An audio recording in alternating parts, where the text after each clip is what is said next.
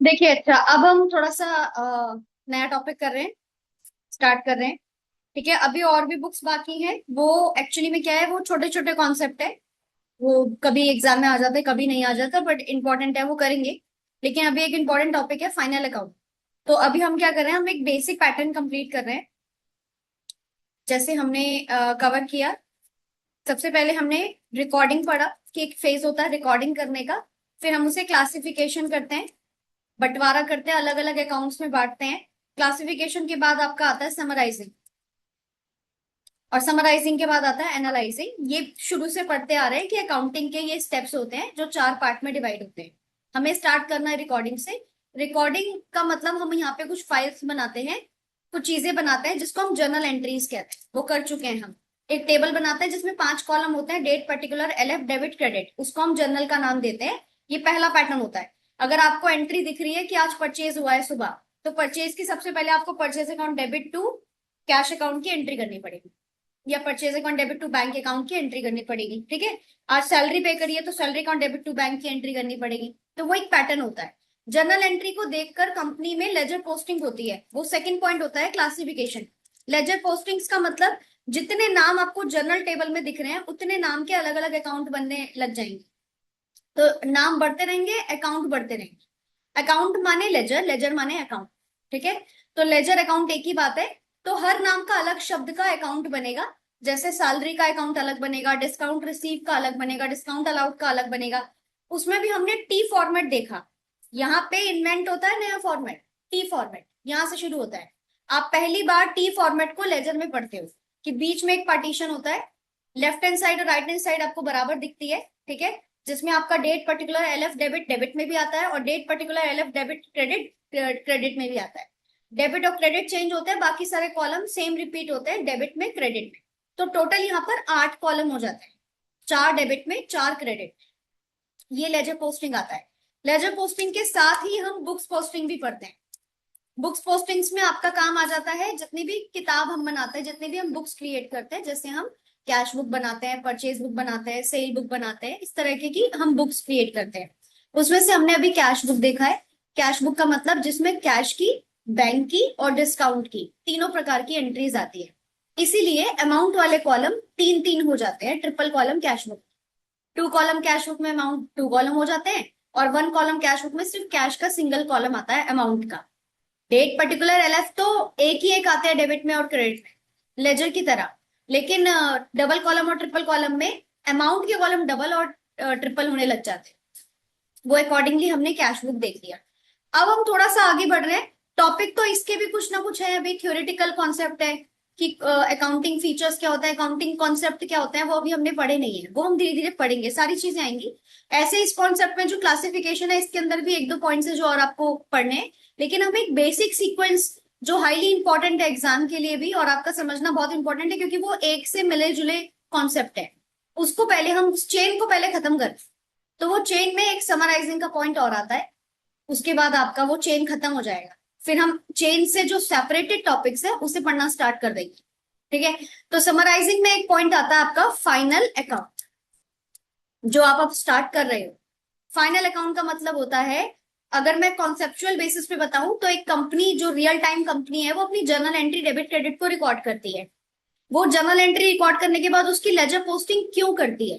ताकि जब भी लेटर ऑन, 2 महीने के बाद, 6 महीने के बाद, या 1 साल के बाद मुझे अकाउंट्स में चेक करना है कि अनिल पार्टी का क्या स्टेटस है राइट नाउ, उससे पैसे आ चुके हैं, कितने आने बाकी हैं, क्या हिसाब किताब है, कितना बेचा है उसको सामान। ऐसे किसी से हमने परचेज किया सुरेश से, तो उसका पूरा खाते का, उसका लेजर का पूरा रिपोर्ट दे दे। वो जर्नल से नहीं मिल सकती आपको, क्योंकि जर्नल एंट्री में सारा मिक्सचर है। कभी सेल की एंट्री है, कभी सैलरी की एंट्री है, फिर बैंक की एंट्री है, फिर कैपिटल की एंट्री है, ऐसे मिक्सचर है। जर्नल में मिक्सचर है। लेकिन लेजर में क्या है कि आपका सेपरेट सेपरेट अकाउंट के नाम बने हुए हैं। अगर आपको 1 महीने का या पिछले महीने का सैलरी का रिकॉर्डिंग चेक करना है तो सैलरी के लेजर को खोलो। सैलरी के लेजर में डेट वाइज सैलरी की सारी एंट्री है। कैश का स्टेटस जानकारी चाहिए, कैश कितना आया, कितना गया, अभी कितना पड़ा है, बैलेंस, सीडी बीडी कितना है, तो कैश का लेजर खोलो, कैश का लेजर आपको सब बता देगा। तो लेजर पोस्टिंग में और बुक्स पोस्टिंग में समानता है नॉर्मली, मतलब मोस्ट ऑफ द केसेस में एक जैसा ही है। थोड़ा सा फर्क आ जाता है बस कि लेजर्स थोड़ा सा अकाउंट्स को फैला देता है, मतलब आपके 100 नाम दिखे आपको तो 100 लेजर्स होते, लेकिन किताब सिर्फ 8 होती है, बुक सिर्फ 8 होती है। तो इन सभी लेजर्स को ये 8 बुक्स में समराइज कर देता है, मतलब एक तरीके की सिमेट्री कर देता है। तो आपकी बुक्स कम होती है तो आपका उससे चीजों को टोटल निकालना आसान हो जाता है। उन टोटल को निकाल के, मतलब एक तरीके से बुक्स भी आप सेपरेट समझो, लेकिन लेजर्स और बुक्स दोनों से फाइनल अकाउंट प्रिपेयर किया जाता है। फाइनल अकाउंट का मतलब है एंड में आपको अपना प्रॉफिट एंड लॉस अकाउंट बनाना है, कैलकुलेट करना है प्रॉफिट एंड लॉस, और आपको अपनी बैलेंस शीट पूरी क्रिएट करनी है। ये आपको बता देता है कि फाइनल अकाउंट की आपका कितना साल का प्रॉफिट हुआ है, कितना लॉस हुआ है तो कितना हुआ है, और बैलेंस शीट का क्या स्टेटस है राइट नाउ, आपकी लाइबिलिटी कितने हैं आपके सर पे, कंपनी पे कर्जे कितने हैं, कंपनी की एसेट्स कितनी है, कंपनी का कैश कितना है, कंपनी का बैंक बैलेंस कितना है। सारा एक ही शीट में पता चल जाता है, वो होती है बैलेंस शीट। ठीक है। और इन दोनों में क्या सिमिलैरिटी है जो इसमें नहीं है, तो वो मैं आपको बता देती हूँ। ये जो जर्नल एंट्री और लेजर बनते हैं ये डेट वाइज बनते हैं, डेली बनते हैं। इसमें एंट्री आपको डेट वाइज दिखती है, इसमें आपको डेट के कॉलम दिखते हैं। ये जो फाइनल अकाउंट है ये आपका ईयरली बनता है, एक साल में एक बार बनता है, ईयरली है ये। आप डेट, आप इसमें डेट का कॉलम ही नहीं देखोगे, अब आपका डेट का कॉलम इसमें खत्म, ये साल का टोटल बनता है। तो ये बीच में बन ही नहीं सकता। एक साल होता है मान लो आपका 1 अप्रैल से 31 मार्च, तो 1 अप्रैल 2025 से मान लो ये अभी जो करंट चल रहा है 31 मार्च 26, अभी 31 मार्च 26 खत्म नहीं हुआ है, तो फाइनल अकाउंट किसी भी कंपनी में अभी बन ही नहीं सकता। ये वाला पार्ट नहीं हो सकता, ये तो डेली चल रहा है, ये तो डेली चल रहा है काम, जर्नल लेजर बुक्स पोस्टिंग ये तो रेगुलर चलता रहता है कंपनी के अंदर। लेकिन ये जो ये वाला फाइनल अकाउंट है, ये 31 मार्च जब खत्म हो जाएगी और अगली डेट आएगी 1 अप्रैल, 1 अप्रैल आपकी आएगी 2026, जब ये आएगी ना आपकी डेट, तब आप काम करोगे या इसके बाद काम करोगे। आफ्टर 1 अप्रैल 2026 में आप जो आपके पास समय बचेगा, पूरा अप्रैल का महीना ले लो, उसमें आप इनकी इस पूरे ईयर की फाइनल अकाउंट तैयार कर रहे हो। तो फाइनल अकाउंट में डेट वाइज काम नहीं आता है, डेट के कॉलम्स नहीं आते हैं, फाइनल अकाउंट में आपके टोटल टोटल बैलेंसेस आते हैं। इनडायरेक्टली डायरेक्टली मैं बता देती हूँ क्या आता है। जैसे मान लो यहाँ सैलरी की एंट्री आती है, तो सैलरी की एक एंट्री या डेट वाइज सारी एंट्री नहीं आती, पूरे सैलरी का टोटल आता है कि पूरे साल में 1 अप्रैल 2025 से 31 मार्च 2026 के बीच में कितना सैलरी का अमाउंट हमारा कंपनी का खर्चा हुआ है। तो टोटल हुआ है मान लो 40 लाख, एक साल के अंदर अंदर आपने सैलरी बांटी है लोगों को 40 लाख। ऐसी मतलब अपने दिमाग में बना लो 3-4 लाख रुपए महीने की आप सैलरी देते ही हो, अप्रोक्सीमेट 40 लाख का आपका बैलेंस आया है, तो आपका फाइनल अकाउंट में salary is equal to 40 lakh, बस ये लिखा हो। ऐसे आपने परचेज की एंट्री जर्नल में लेजर में कर करके परचेज टोटल कर दिया है 50 लाख का पूरे साल में, तो यहाँ पे परचेज का प्राइस आएगा 50 लाख, बस। परचेज ऐसे आएगा, टू परचेज अमाउंट आएगा 50 लाख, ना डेट ना कुछ, ऊपर लिख दिया गया है शीट टेबल के ऊपर कि 1 अप्रैल 25 से 31 मार्च 26 के बीच की है, बस उतना काफी है। तो अब परचेज लिखा है, सैलरी लिखा हो, सेल लिखा हो, चाहे कुछ भी लिखा हो, वो उसी पीरियड का है। तो यहाँ पे टोटल टोटल बैलेंसेस आते हैं, यहाँ पर डेट का कॉलम नहीं आता है, ये बीच में बन भी नहीं सकता है, ये सारा का सारा एंड में बनाया जाता है, वो भी एंड खत्म होने के बाद, क्योंकि 31 मार्च खत्म होने का वेट करना पड़ेगा आपको, क्योंकि 31 मार्च 2026 के रात 12 बजे तक की एंट्रीज इस फाइनल अकाउंट में शामिल होगी, जितना भी हुआ होगा। तो आप अगले दिन ही उसकी रिपोर्ट बना पाओगे या उसके बाद बना पाओगे, 31 मार्च को भी नहीं बना पाओगे। ठीक है। तो ये फाइनल अकाउंट होता है आपका। फाइनल अकाउंट का अब चैप्टर आपका बिगिन हो चुका है। फाइनल अकाउंट का आपके एग्जाम में क्वेश्चन आता है 20 नंबर का। ठीक है। तो वो 20 मार्क्स का पूरा प्रैक्टिकल मतलब न्यूमेरिकल होता है फाइनल अकाउंट का। फाइनल अकाउंट इसको इसलिए बोलते हैं क्योंकि ये हमारे फाइनल है, इसके बाद आपका कोई इसको देख करके कोई और पोस्टिंग नहीं होती। जैसे जर्नल को देख के लेजर की पोस्टिंग होती है, लेजर को देख के बुक्स की पोस्टिंग होती है, ऐसे बुक्स और लेजर को देख के फाइनल अकाउंट की पोस्टिंग होती है। फाइनल को देख के किसी और आगे की पोस्टिंग नहीं होती, ये चेन खत्म हो जाती है यहीं पे।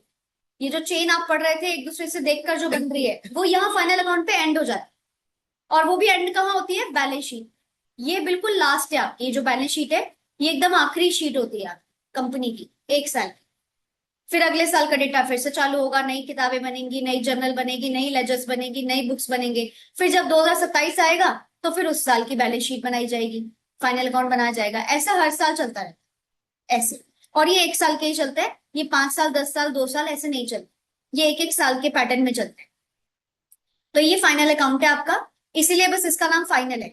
ठीक है, फाइनल अकाउंट्स में आपकी जो मतलब ये जो रिपोर्ट बनते हैं, मतलब जो पॉइंट टू पॉइंट मैं बोलूं तो ये ईयरली प्रिपेयर्ड होता है ना। पहले सबसे पहले तो ये ईयरली प्रिपेयर्ड होता है, 1 साल के बीच में नहीं बन सकता है, 1 साल के बाद ही बनेगा। ठीक है, इसको जनरली प्रिपेयर किया जाता है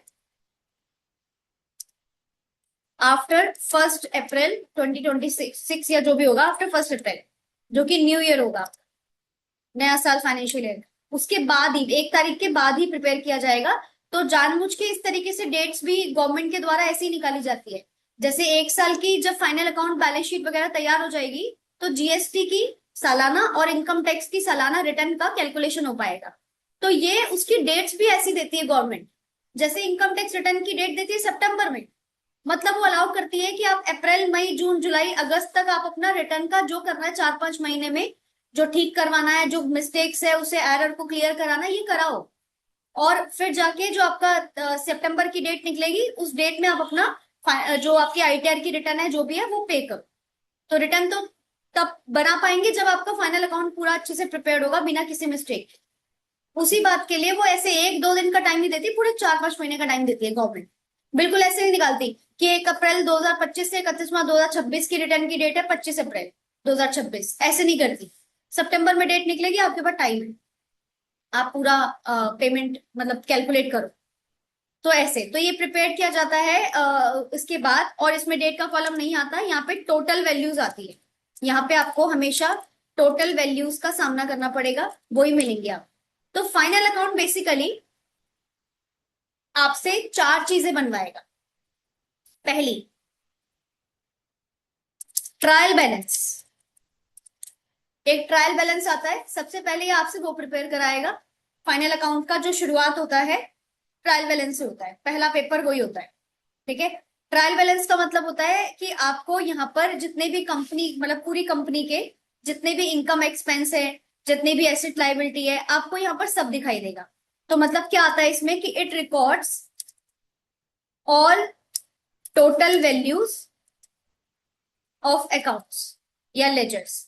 सबकी टोटल वैल्यू टोटल अमाउंट को ये दिखाई देगा, मतलब यहाँ पे दिखाई दे सकता है आपको। तो वो कैसे है मैं एक बार ही दिखा देती हूँ। हाँ, इसमें क्या क्या इंक्लूड होता है, टोटल वैल्यूज मतलब ऑल एसेट्स, ऑल लाइबिलिटीज। ठीक है, कोई अलग अलग कुछ नहीं है।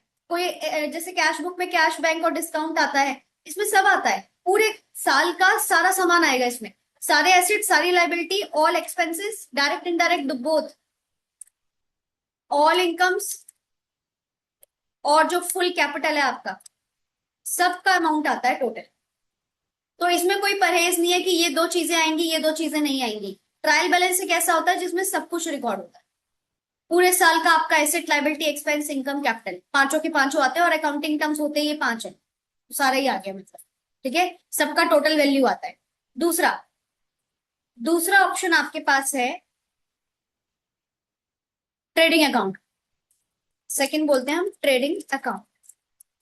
ठीक है, ट्रेडिंग अकाउंट में क्या रिकॉर्ड होता है, ये सिर्फ गिनी चुनी चीजों को रिकॉर्ड करता है।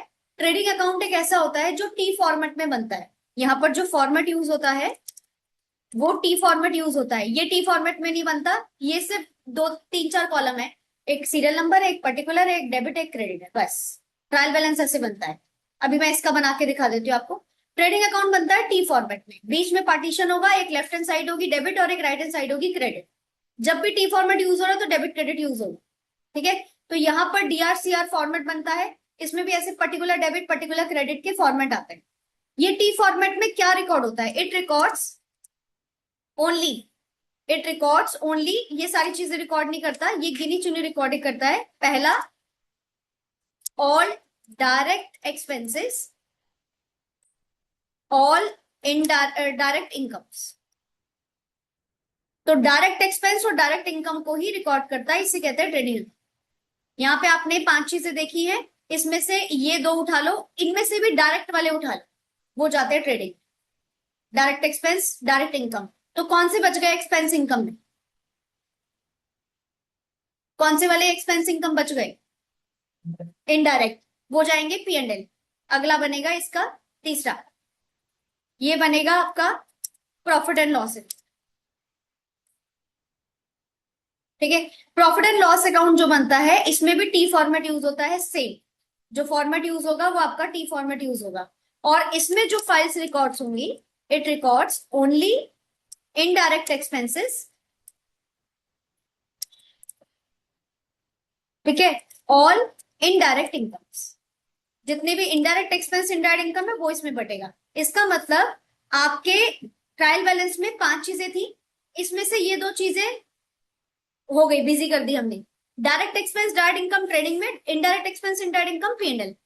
एक्सपेंस इनकम खत्म, अब आपके ये 3 बचे हैं, एसेट लाइबिलिटी और कैपिटल। ये सब मिलाकर एक साथ जाता है बैलेंस शीट में, लास्ट वन। 4 चीजें बनती हैं, आखिरी है ये बैलेंस शीट। बैलेंस शीट में चले जाते हैं आपके, और ये भी टी फॉर्मेट में बनता है लेकिन इसमें डेबिट क्रेडिट नहीं होता। तो इट रिकॉर्ड्स, इसमें चले जाते हैं आपके सारे एसेट्स, सारी लाइबिलिटीज और कैपिटल, इसको मिलाकर के बैलेंस शीट का अंत होता है। यहाँ पे फाइनल अकाउंट का मतलब लास्ट वन होता है ये, तो बैलेंस शीट में बनता है। ये है आपका पूरा फाइनल अकाउंट चार्ट। 4 चीजें बनती हैं, trial balance, trading account, PNL account और बैलेंस शीट। इसको पीएनएल भी बोलते हैं, इसको प्रॉफिट एंड लॉस भी बोल सकते हो, शॉर्ट में पीएनएल बोलते हैं। अब जो ट्रायल बैलेंस होता है उसका फॉर्मेट अलग से होता है। अगर मैं फॉर्मेट थोड़ा सा बताऊं आपको, तो फॉर्मेट एक मिनट सुन लीजिए ट्रायल बैलेंस का। सबसे पहले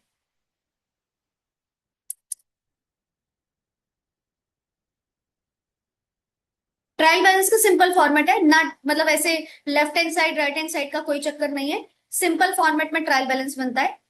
मैं पहले इस पेज को 2 पार्ट में डिवाइड करूंगी, क्योंकि मुझे 4 टेबल्स बना के दिखानी है ना आपको, तो ऐसे मैं बीच का मार्जिन ले लेती हूँ कि ये मेरी शीट है, 2 पार्ट में डिवाइडेड है पेपर मेरे। कॉपी के 2 पेज हो गए। अब कॉपी का ये वाला पेज पे मैं पहले आपको पहले पेज पे बता देती हूँ ट्रायल बैलेंस कैसे बनता है। एक लाइन ऊपर ड्रॉ करेंगे, एक लाइन हम नीचे ड्रॉ करेंगे। ठीक है, और इसमें 4 कॉलम टोटल आते हैं। डेट का कॉलम तो पॉसिबल ही नहीं है क्योंकि फाइनल अकाउंट होता है, तो हम एक बनाते हैं सीरियल नंबर।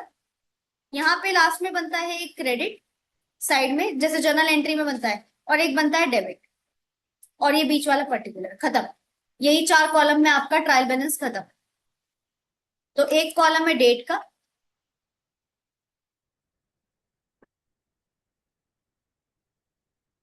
ठीक है, एक कॉलम है आपका पर्टिकुलर्स का, वो आएगा ही आएगा, पर्टिकुलर्स आ गया। एक कॉलम है आपका डेबिट का, डेबिट अमाउंट, और एक कॉलम निकलेगा क्रेडिट अमाउंट,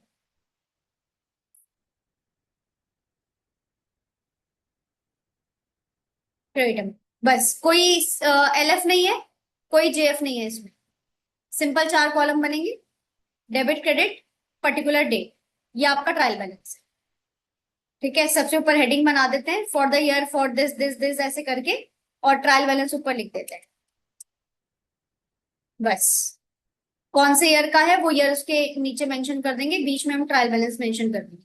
ये आपका ट्रायल बैलेंस। यहाँ पे एंट्रीज आती है टोटल, जैसे पहले नंबर पे हमें लिखा सैलरी, तो यहाँ लिखेंगे सैलरी पूरे साल की थी 40 लाख, तो यहाँ लिखेंगे सैलरी, उसका अमाउंट आ जाएगा या तो डेबिट में या तो क्रेडिट। ऐसे में यहाँ लिखेंगे कैपिटल, उसका अमाउंट आ जाएगा डेबिट में या क्रेडिट में, किसी एक जगह पे। ऐसे पूरी एंट्री आपकी चलती रहेगी, जितनी भी ट्रांजेक्शन है आप ऐसे ही लिखते रहो इसको। ये ट्रायल बैलेंस होता है। क्लियर है इतना? ठीक है, ट्रायल बैलेंस हो गया। अब नेक्स्ट देखो, नेक्स्ट वाला है आपका ट्रेडिंग एंड पेनल अकाउंट। तो पहले देखो आप ट्रेडिंग अकाउंट।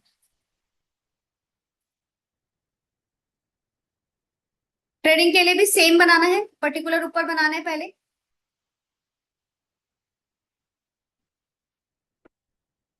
2 लाइंस में ऐसे। ठीक है, और ये बनता है टी फॉर्मेट में, बीच का आपको देना है पार्टीशन। 4 कॉलम ही है जो आप देख रहे हो ना, यही 4 कॉलम निकलेंगे इसमें। और ये इजी है लेजर से भी। आपको एक लाइन बीच में ड्रॉ करनी है, एक अमाउंट बनाना है आपको लेफ्ट हैंड साइड में, एक अमाउंट आपको बनाना है राइट हैंड साइड में। बस खत्म। ना एलएफ ना डेट ना ही सीरियल नंबर। इसमें तो फिर भी सीरियल नंबर भी है, इसमें सीरियल नंबर भी नहीं है, 4 कॉलम है, दो पर्टिकुलर है, एक पर्टिकुलर एक पर्टिकुलर, इधर डेट, इधर डेबिट इधर क्रेडिट, बस। कोई डेट का, कोई सीरियल नंबर का कोई चक्कर नहीं। इसे कहते हैं trading account. For the year ended, जिस भी एंड के लिए होगा, जिस भी ईयर के लिए होगा वो लिख देंगे, और यहाँ पे हम इसको लगा दें हेडिंग भी, ट्रेडिंग अकाउंट। इसके नीचे लिखते हैं फॉर द ईयर एंडेड 31 मार्च 2026 या 2025, ऐसे। यहाँ पे अपना वो पर्टिकुलर्स आ जाएगा।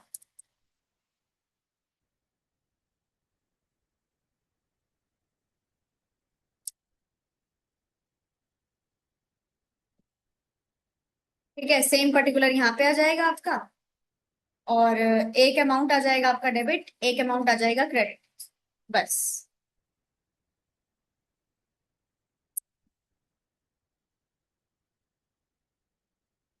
ये ट्रेडिंग है। अब आता है प्रॉफिट एंड लॉस पे। प्रॉफिट एंड लॉस बिल्कुल डिट्टो सेम बनता है। यहाँ पे आप दो लाइन ड्रॉ करेंगे इस तरह से हेडिंग बनाने के लिए। ठीक है, बीच में आप पार्टीशन लगाएंगे इसका। एक आपका डेट का ये डेबिट का कॉलम हो गया, एक आपने क्रेडिट का कॉलम यहाँ पर बना दिया, बस। सेम है। यहाँ पर हम लिखेंगे प्रॉफिट एंड लॉस अकाउंट, यहाँ पर लिखेंगे हम पर्टिकुलर, यहाँ पे लिखेंगे डेबिट, यहाँ पे पर्टिकुलर, यहाँ पे क्रेडिट। तो जब ट्रेडिंग एंड पीएनएल का जो फॉर्मेट है वो सेम है, ट्रायल बैलेंस का तो सेपरेट है, लेकिन ट्रेडिंग का तो फॉर्मेट सेम है ना, एग्जैक्ट।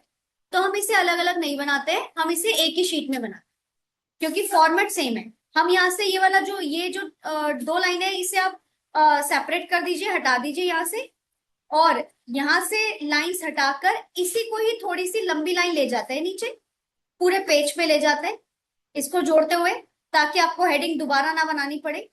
इसी को कंटिन्यू में हम ले जाएंगे नीचे तक, इन्हीं लाइंस को। और ऊपर जो ट्रेडिंग अकाउंट लिखा था, इसकी जगह हम पूरा लिखेंगे trading and profit and loss account, पूरा नाम लिख देंगे ऊपर, trading and profit and loss account joint में। ठीक है, ये ऊपर लिख देंगे, एक बार पर्टिकुलर, एक बार डेट, एक बार पर्टिकुलर, एक बार क्रेडिट, मतलब डेबिट और क्रेडिट। बस ये चार कॉलम्स हम बना करके इसको हम ट्रेडिंग पैनल का नाम देते हैं। इस trading and profit and loss का जो आप नाम दे रहे हो, इसको बीच में हमें पार्टीशन दिखाना पड़ता है कि यहां से ऊपर ट्रेडिंग है और इस मार्जिन से नीचे पीएनएल है। ये सेपरेट सेपरेट दो अकाउंट है। वो कैसे दिखाते हैं वो भी सुन लीजिए। यहाँ पे हम लिखेंगे trading and profit and loss account.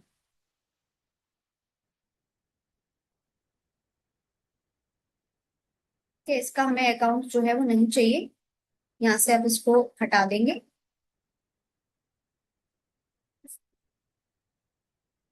ठीक है, trading and profit and loss.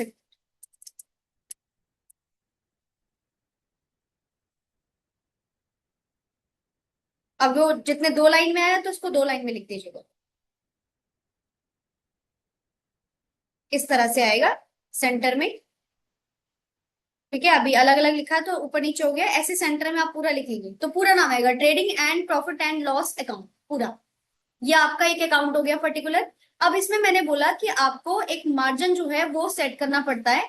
ये बताना पड़ता है कि अगर ये आपका ट्रेडिंग भी है और ये आपका पीएनएल भी है, तो इस मार्जिन तक, इस जगह तक सिर्फ ट्रेडिंग है और इसके नीचे पीएनएल है। तो जब आप इसको क्रिएट करोगे, जब क्रिएट करोगे तब आएगा। जब आप इसको क्रिएट करोगे तो आप क्या करोगे, मिड में यहाँ पे एक टोटल बना दोगे मार्जिन के रूप में, जैसे मैंने यहाँ पे बना दिया, एक टोटल लगा दिया है इसमें। जैसे टोटल हम बनाते हैं कि एक लाइन ड्रॉ करते हैं, दूसरी लाइन ड्रॉ करते हैं और नीचे वाली लाइन को डबल कर देते हैं। ठीक है, एक लाइन ड्रॉ कर दी आपने, दूसरी लाइन ड्रॉ कर दी और नीचे वाली जो लाइन है उसको डबल कर दे। इट मीन्स कि ऊपर का अकाउंट यहाँ खत्म हो रहा है, ये मार्जिन हो गया। ऐसे लाइन पूरी डालने की जरूरत नहीं है कि यहां से आप पूरी लाइन डाल दी, ये ट्रेडिंग है ऊपर का, ये नीचे पीएनएल है, ये रॉन्ग दिखेगा। आपको सिर्फ टोटल दिखाना है, सिर्फ टोटल। तो टोटल वाले का आपने मार्जिन सेट कर दिया कि ऊपर की जो भी एंट्री ट्रेडिंग की आएगी वो नीचे नहीं जा पाएगी यहां से, क्योंकि ये मार्जिन है, ट्रेडिंग यहाँ पर खत्म हो रहा है, इसके नीचे आपका पीएनएल शुरू हो रहा है। इसलिए ट्रेडिंग एंड पीएनएल एक साथ कंबाइन करते हैं तो आपके टोटल सिर्फ तीन ही टेबल बनेंगी। ट्रायल बैलेंस अलग टेबल है, ट्रेडिंग एंड पीएनएल एक साथ बनेगा, बैलेंस शीट तीसरे नंबर। ठीक है, बैलेंस शीट का फॉर्मेट भी देख लीजिए, सेम ऐसा ही बनता है जैसा है, लेकिन कॉलम्स के नाम बदल जाते हैं।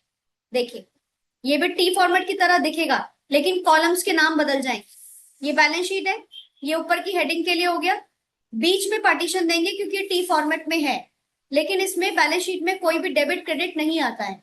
ठीक है। इसमें आपका एसेट और लाइबिलिटी आता है, तो दिखेगा तो बिल्कुल इसी की तरह, जो राइट हैंड साइड में आपने बनाया है इसी की तरह दिख रहा है, लेकिन कॉलम्स के नाम थोड़े से बदल जाएंगे। कॉलम्स के नाम में पर्टिकुलर तो नहीं आएगा बिल्कुल भी।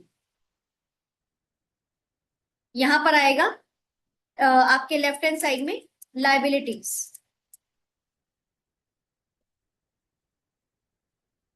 फिर आएगा अमाउंट, फिर आएगा एसेट्स,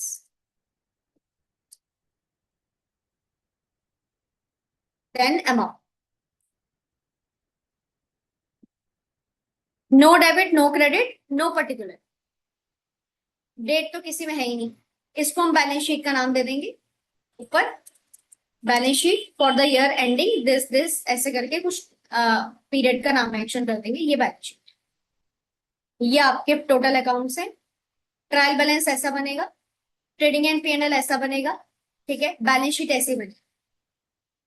अब आते हैं क्वेश्चन पे। क्वेश्चन में कभी भी आपको ट्रायल बैलेंस बनाने के लिए नहीं कहा जाता है। बहुत 0.1% चांस है कि कोई ऐसा क्वेश्चन आ जाएगा एग्जाम में कि जिसमें कुछ अमाउंट दिए होंगे और बोलेगा create trial balance, prepare trial balance. वरना 99.9% केसेस में ऐसा है कि ट्रायल बैलेंस आपको क्वेश्चन में गिवन होता है। एक ट्रायल बैलेंस क्वेश्चन के साथ बना होता है, उसमें सारे अमाउंट लिखे होते हैं। वो आपको ये बोलेगा कि इसको देख देख कर trading and PNL and balance sheet बना। क्वेश्चन ऐसा होता है यूजुअली। तो ऐसे क्वेश्चन आप ज्यादा प्रैक्टिस करोगे, ज्यादा पढ़ोगे। ट्रायल बैलेंस ऑलरेडी क्वेश्चन में गिवन है, उसको देखकर आपने trading panel and balance sheet की पोस्टिंग करनी। ठीक है, सारा कॉपी पेस्ट का काम होता है। ट्रायल बैलेंस में जो चीज दी हुई है वो बस पोस्ट करनी है अमाउंट के साथ कहीं ना कहीं। और सिंगल सिंगल पोस्टिंग है, डबल एंट्री का कोई चक्कर नहीं है, एक अमाउंट एक बार ही जाएगा कहीं पर। ठीक है। तो अभी तो फिलहाल के लिए ट्रायल बैलेंस को समझना बहुत इंपॉर्टेंट है कि ट्रायल बैलेंस होता है, ये क्यों बनता है, ट्रायल बैलेंस के अमाउंट जो मतलब जो भी डिटेल आती है वो कैसे आती है। ये गलती से डेट लिख दिया, सीरियल नंबर है। ट्रायल बैलेंस में आपने जो एंट्रीज की है वो उसकी एंट्री कहाँ पोस्ट होती है, कौन सी एंट्री का डेबिट में इंपैक्ट पड़ेगा, कौन सी एंट्री का क्रेडिट में पड़ेगा, ये क्रेडिट में जाएगी तो क्यों जाएगी, बैलेंस को क्लियर कीजिए। ठीक है। हम क्या करेंगे, ये क्वेश्चन है जो मैंने बोला कि 0.1% चांस है कि ऐसा क्वेश्चन भी आ सकता है, ये वो वाला क्वेश्चन है।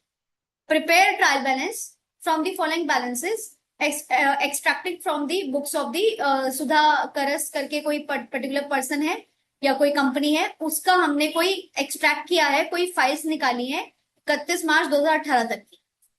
तो उस फाइल्स के अनुसार ओपनिंग स्टॉक 40,000 है पूरे साल का, परचेज पूरे साल का 4,10,000 है। ये पोजीशन है 31 मार्च को, मतलब 1 अप्रैल 2017 से 31 मार्च 2018 की रिपोर्ट होगी। तो इस साल के बीच में टोटल परचेज 4,10,000 है, टोटल सेल्स 4,29,000 है, परचेज रिटर्न टोटल 1,250 है। ऐसे करते करते ये बैलेंस यहां तक। इनको देख करके आपने ट्रायल बैलेंस प्रिपेयर करना है, जो क्वेश्चन में ऑलरेडी मैंने बोला गिवन होता है, पर पहले आप सीखो बनता कैसे है ना। तो ट्रायल बैलेंस प्रिपेयर करना है इसका जरा साथ में देखेंगे। तो आप जरा बनाइए ट्रायल बैलेंस का पूरा पैटर्न बनाइए अपने उसमें। दो लाइन ऊपर ड्रॉ करिए पहले।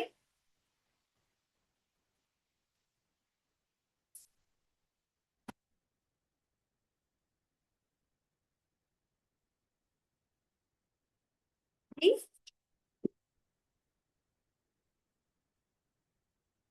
प्रियांश, हिमांश, हाँ जी हाँ जी। लक्ष्मी नगर में सुभाष शॉप पे, हाँ सुभाष शॉप प्राइम एजुकेशन के नाम से, हाँ जी हाँ जी। जी जी जी जी, राइट राइट राइट। हाँ हाँ। हम्म।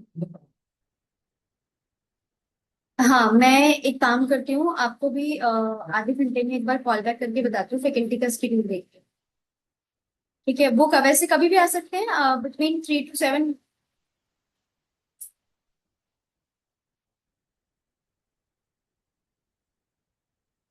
ओके ओके ओके, 3 to 5 के बीच में।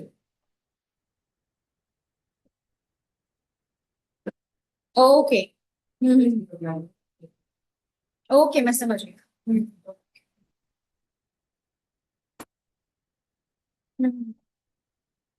कोई दिक्कत नहीं, कोई दिक्कत नहीं, मैं आपको भी आधे घंटे में बता दूँ।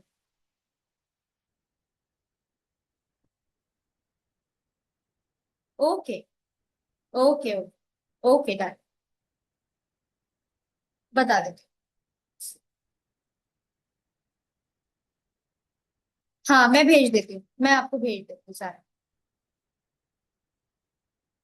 Sure sure sure. Okay okay okay okay.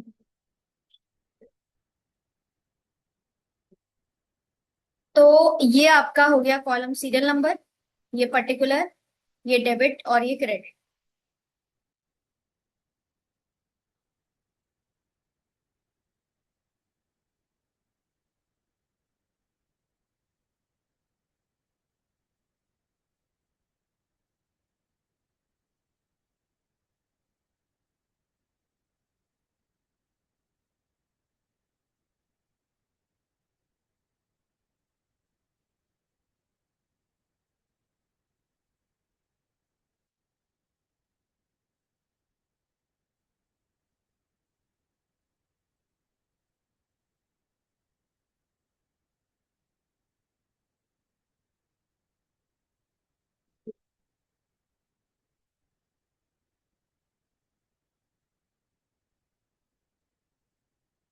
ठीक, ये ट्रायल बैलेंस हो गया। आपने इसी तरह से बनाना है, सीरियल नंबर, साफ साफ पर्टिकुलर्स, डेबिट अमाउंट,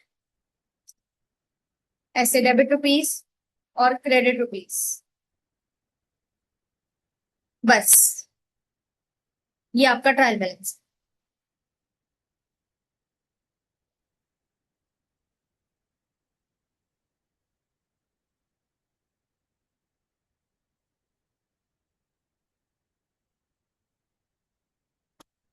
ठीक है, फॉर्मेट बना लीजिए फटाफट से। अभी तक जो अकाउंट्स आपने पढ़े उसके बिहाफ पे एक रफ में समझा दे रही हूँ। आपके पास जो अकाउंटिंग टर्म्स होती हैं वो टोटल कितनी होती है? पांच। एक आपका कैपिटल है, एक आपकी एसेट्स है, एक आपकी लाइबिलिटी है, लाइबिलिटीज, एक्सपेंस, इनकम, है ना? तो इनका डेबिट क्रेडिट अपने दिमाग में बिठा लीजिए कि इनके नेचर है। डेबिट क्रेडिट का तो हमने जो पढ़ा था, नेचर ऑफ अकाउंट और रूल ऑफ अकाउंट, वो तो पढ़ा ही है। Debit board comes in, credit board goes out, debit the receiver, credit the giver, वो तो था ही। लेकिन अपार्ट फ्रॉम दिस आपको ये समझना है कि आपके इनके एक बेसिक नेचर है कि कैपिटल का अमाउंट हमेशा क्रेडिट में ही दिखेगा। तो ये क्लियर कर लीजिए दिमाग में कि कैपिटल हमेशा क्रेडिट साइड में दिखता है। उसका बैलेंस जब भी उसको इंक्रीज करना तो वो क्रेडिट नेचर का होता है। तो इनके डेबिट क्रेडिट नेचर डिसाइडेड है, एक बेसिक नेचर डिसाइडेड है। जो एंट्री हो या ना हो इससे फर्क नहीं पड़ता, आपका जो टोटल बैलेंस पड़ा हुआ है वो हमेशा डेबिट में ही पड़ा होगा, हमेशा क्रेडिट में ही पड़ा होगा, ऐसा कुछ है। ठीक है, तो कैपिटल का बैलेंस हमेशा क्रेडिट का होता है, और इनकम का बैलेंस हमेशा क्रेडिट का होता है, और लाइबिलिटी का बैलेंस हमेशा क्रेडिट का होता है। आपके जो एसेट्स हैं वो हमेशा डेबिट के होते हैं, और एक्सपेंस डेबिट। आपका एसेट्स और आपके एक्सपेंसेस हमेशा डेबिट साइड में दिखाई देंगे, कैपिटल, लाइबिलिटी और इनकम हमेशा क्रेडिट साइड में दिखाई देंगे। ये क्लियर है?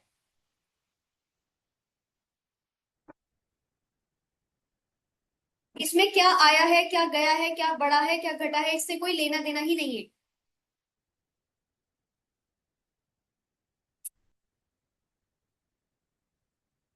ये एक बेसिक नेचर है आपका। इसको कहीं रफ में साइड में लिख लो, टेबल के बीच में मत लिखना।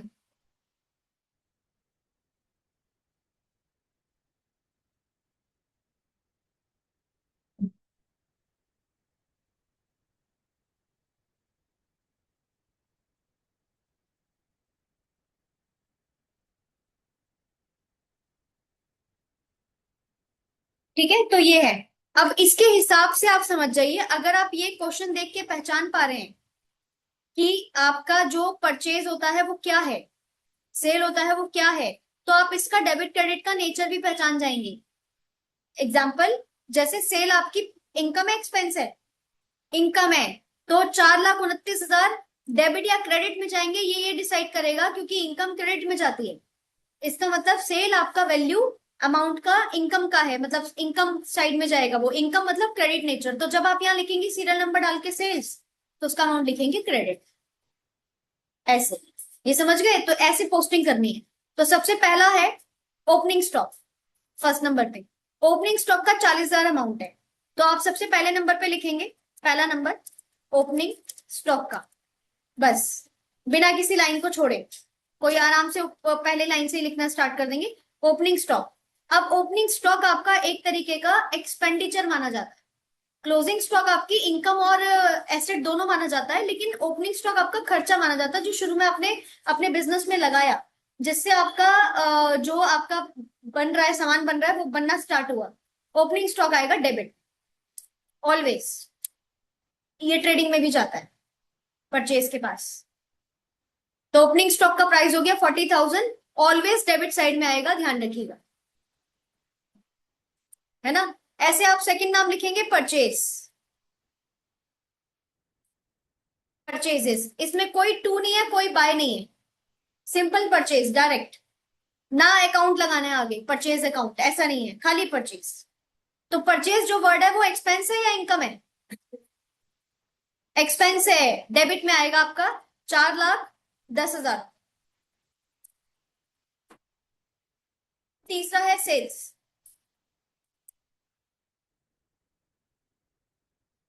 सेल का प्राइस है 4,29,000 रुपए, डेबिट में क्रेडिट में? क्रेडिट में 4,29,000 रुपए, 4,29,000। परचेज रिटर्न कैसे पहचानोगे? परचेज का उल्टा, अगर परचेज डेबिट में है तो परचेज रिटर्न क्रेडिट में, सेल डेबिट में है तो सेल रिटर्न क्रेडिट में, मतलब उल्टा ऑपोजिट आएगा। परचेज रिटर्न 1,250 फोर्थ नंबर पे। परचेज रिटर्न, परचेज रिटर्न का प्राइस डेबिट में लिखें क्रेडिट में लिखें? क्रेडिट में, 1,250 रुपए क्रेडिट में लिख दीजिए। फिफ्थ नंबर पे similarly sales return, sales return आपका है 2,500 रुपए, डेबिट में क्रेडिट में? डेबिट में 2,500 रुपए, 2,500। ठीक है, तो सेल्स रिटर्न भी हो गया। कैरेज क्या होता है? Asset liability expense income capital क्या होता है? कैरेज एक्सपेंस होता है, कैरेज होता है वो किराया भाड़ा जो आप सामान को लाने और ले जाने के लिए यूज करते हो। तो कैरेज इनवर्ड हो चाहे आउटवर्ड हो, डायरेक्ट इनडायरेक्ट एक्सपेंस है लेकिन है तो एक्सपेंस, दोनों ही आएंगे आपके डेबिट में, कैरेज इनवर्ड, कैरेज आउटवर्ड।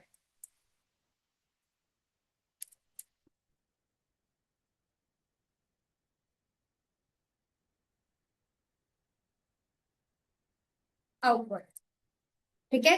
दोनों का पैसा आपका डेबिट में 1,500, 2,500, 1,500, 2,500।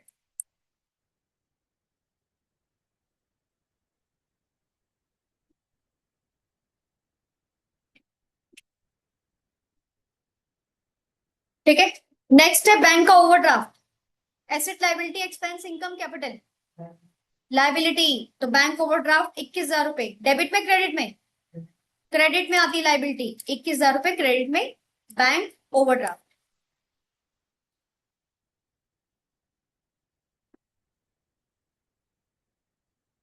ठीक है, क्रेडिट में अमाउंट आ जाएगा, एक अकाउंट का अमाउंट एक ही जगह आएगा। ठीक है, तो जिसका डेबिट भरा उसका क्रेडिट खाली होगा, जिसका क्रेडिट भरा उसका डेबिट खाली होगा।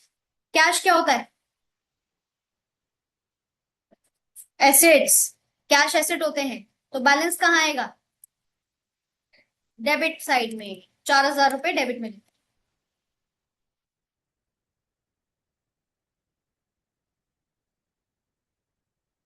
4,000 रुपए, 4,000 डेबिट में।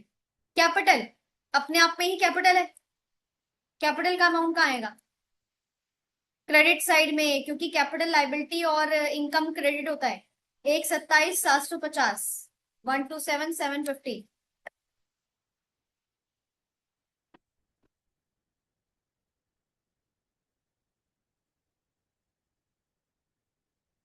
सन्ड्री क्रेडिटर क्या होते हैं? लाइबिलिटी, क्रेडिट में अमाउंट आएगा 37,500।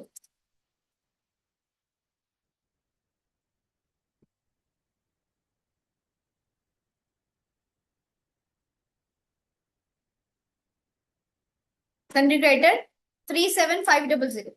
लोन क्या होते हैं? Liability same, 41,375।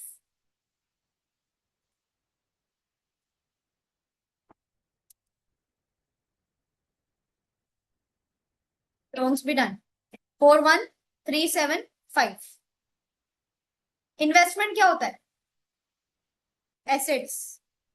ठीक है, कहाँ पे आएगा? डेबिट में। डेबिट में लिखेंगे 10,000। इन्वेस्टमेंट डेबिट में 10,000।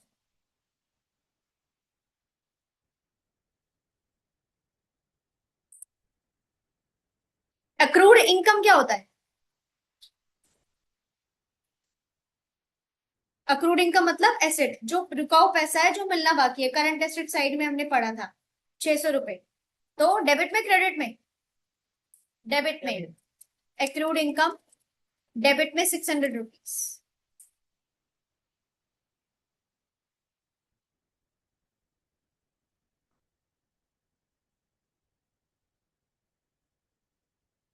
अगर ये क्वेश्चन आ जाता है इन एनी केस, तो आप इस क्वेश्चन को आप गलत कर रहे हो सही कर रहे हो, या आप खुद भी चेक कर सकते हो एग्जामिनर से पहले।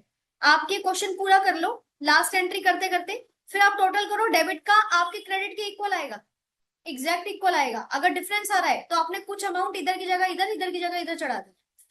अगर आपने एक्यूरेट किया एकदम, तो ये टोटल के बराबर आएगा, कुछ बैलेंस ही नहीं निकलेगा इसमें से। एग्जैक्ट ये डेबिट क्रेडिट इक्वल आएंगे, इसलिए इसको ट्रायल बैलेंस कहते हैं। बैलेंस, कुछ क्लोजिंग बैलेंस ओपनिंग बैलेंस नहीं निकलेगा इसमें। मशीनरी क्या होता है? एसेट। 47500 डेबिट में। 47,500 डेबिट साइड। मशीनरी 47500 डेबिट में।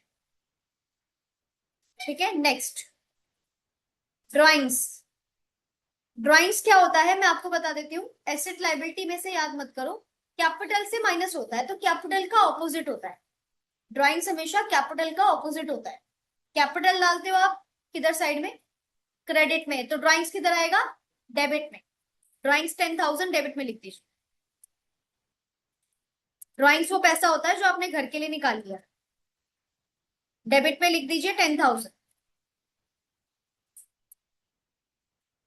ड्रॉइंग्स डेबिट में 10,000। पेजेस क्या होता है? एक्सपेंस 7,300 डेबिट में।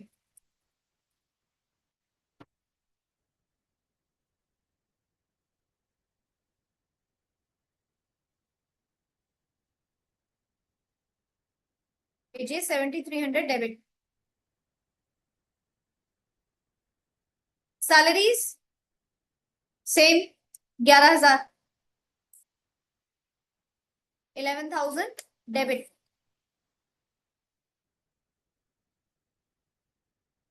आउटस्टैंडिंग एक्सपेंसेस लाइबिलिटी किस साइड आएगा? क्रेडिट साइड में 1,000।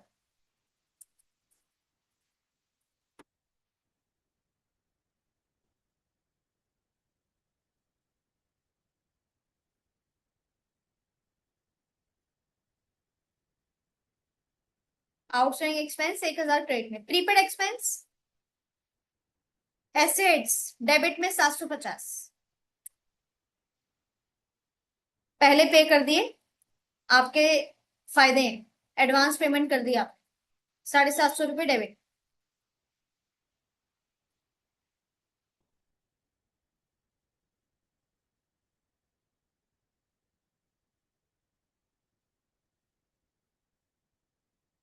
नेक्स्ट आता है पोस्टेज। क्या होता है? एक्सपेंस। पोस्टेज आपका खर्चा है, वो जो पोस्ट करते हैं हम। तो पोस्टेज, स्टैम्प, स्टेशनरी खर्चे में आते हैं। 900 रुपये डेबिट में।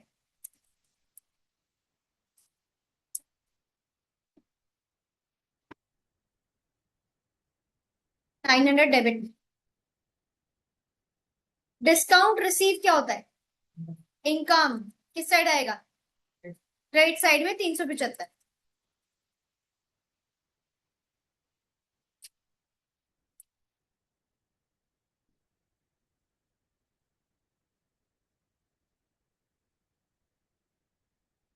Discount allowed. एक्सपेंस उल्टा, डेबिट में 1,000।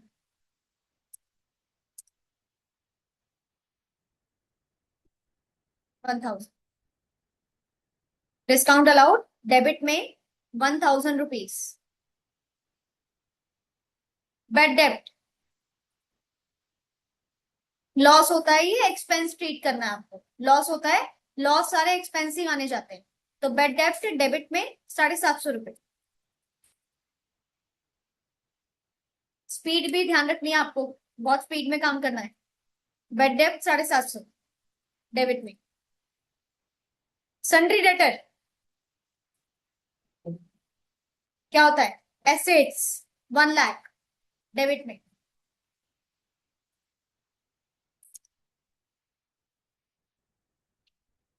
ठीक है, एसेट्स होने की वजह से debit. Sundry debtors 1 lakh rupees debit side. Interest आपका, अगर कुछ नहीं लिखा कि इंटरेस्ट पेड है या इंटरेस्ट रिसीव है, ऐसे रेंट के आगे कुछ नहीं लिखा कि रेंट पेड है या रेंट रिसीव है, तो लेट एज्यूम पेड, खर्चा एज्यूम करना है आपको। यानी इंटरेस्ट आपका एक्सपेंस है 3500 रुपए डेबिट, 3500 डेबिट।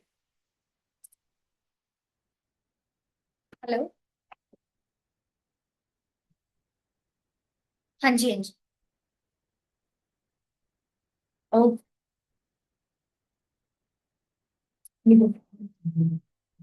3500, इंटरेस्ट 3500 रुपए डेबिट में आ जाएगा। 27। नेक्स्ट आ गया इंटरेस्ट रिसीव। ठीक है, 300 रुपए होंगे ये, 300। इंटरेस्ट रिसीव 300 रुपीज क्रेडिट में, क्योंकि ये आपका इनकम है।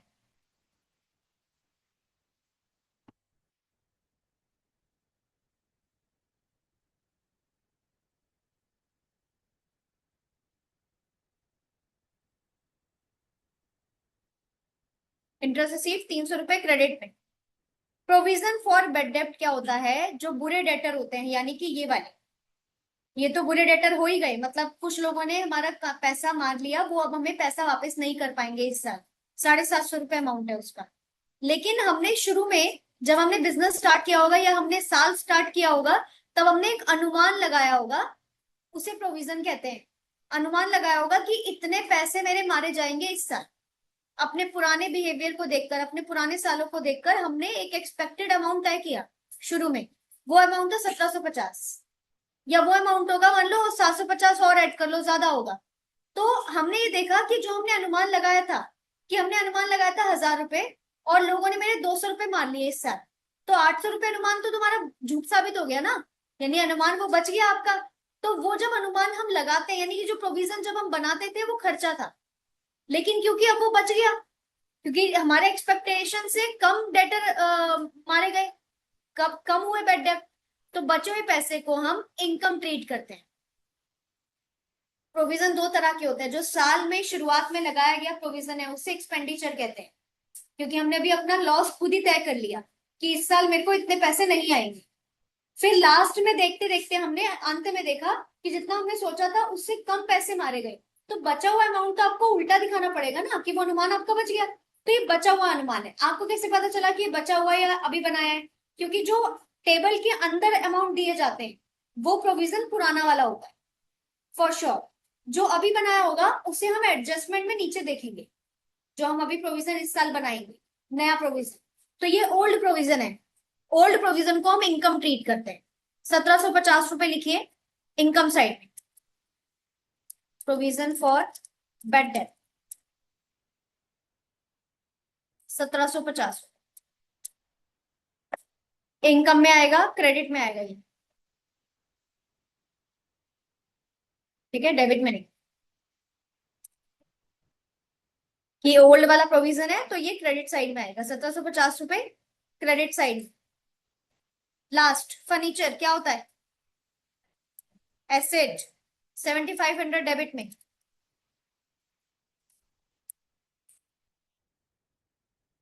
फर्नीचर एंड फिक्सचर्स डेबिट में 7500 रुपए।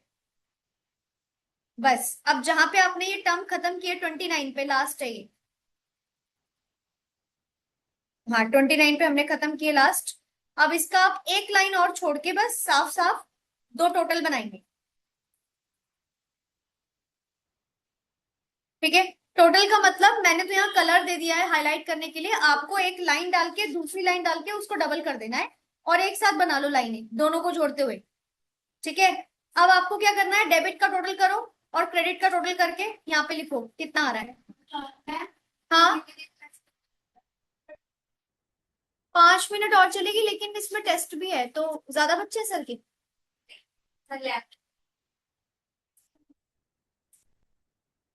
तो यहाँ पे डेबिट का आप टोटल करिए और क्रेडिट का टोटल करिए, बताइए कितना आ रहा है।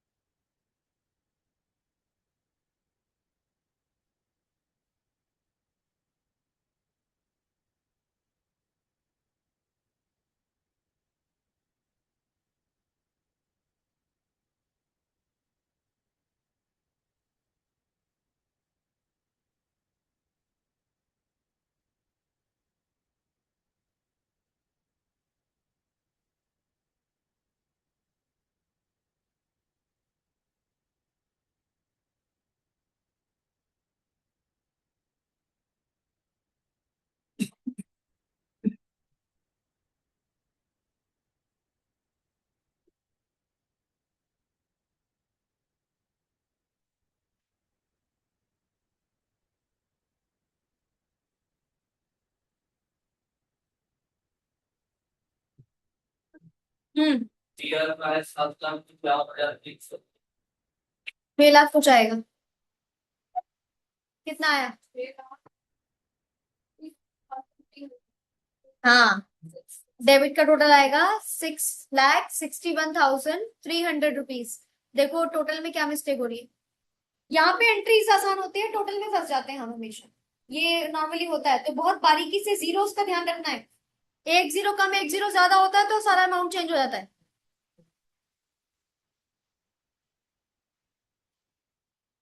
है ना, 661,300। क्रेडिट का भी सेम आना चाहिए। कर सेम आ रहा है ना। अगर क्रेडिट का भी सेम आ गया तो आपका ट्रायल बैलेंस एकदम से सही है, करेक्ट है।